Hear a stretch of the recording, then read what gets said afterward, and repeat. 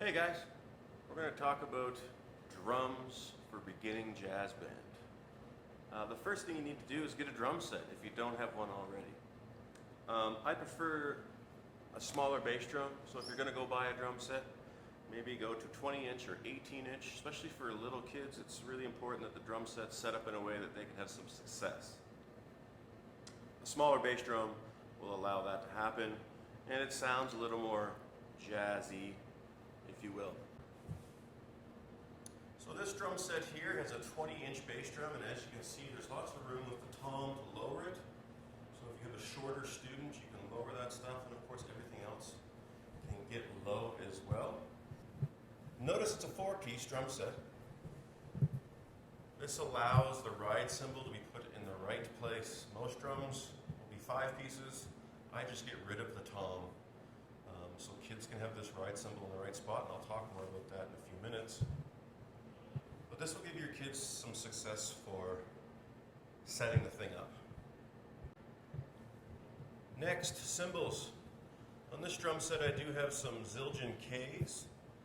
I would highly recommend you update cymbals when you buy a drum set. It makes a huge difference.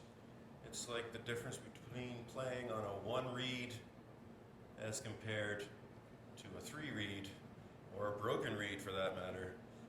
Kids need to have some cymbals that they can play on that sound good. So if you can afford it, upgrade your cymbals, please. On this particular drum set, I have a ride cymbal over here. Over here I have a crash, but it can also be used as a ride cymbal. So I might use this in the loud sections, and if it's a softer section, I'll come over here to this extra ride cymbal. I like to add a crash over here for big shout sections, but that's optional. Usually with these, if you buy better cymbals, you can kind of hammer on them and they'll sound great as crash cymbals as well. Last thing I wanted to talk about is just the actual setup of the drums. Notice how everything is very close together. We don't want to be reaching away for our ride cymbal. Again, I took this tom off, or there's no tom there, so this ride cymbal can be really close, so the kids can just play very close. If the ride cymbal's over here, it's too far away. Notice the setup down here. Again, it's very close together.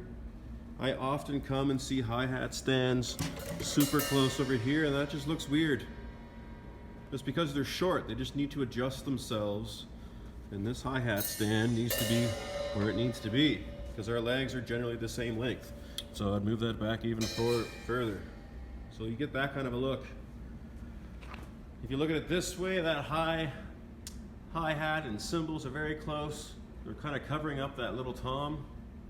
And the snare drum is in a spot where it's almost belt high, and that's where you want the snare drum to be. And then you can adjust everything from there.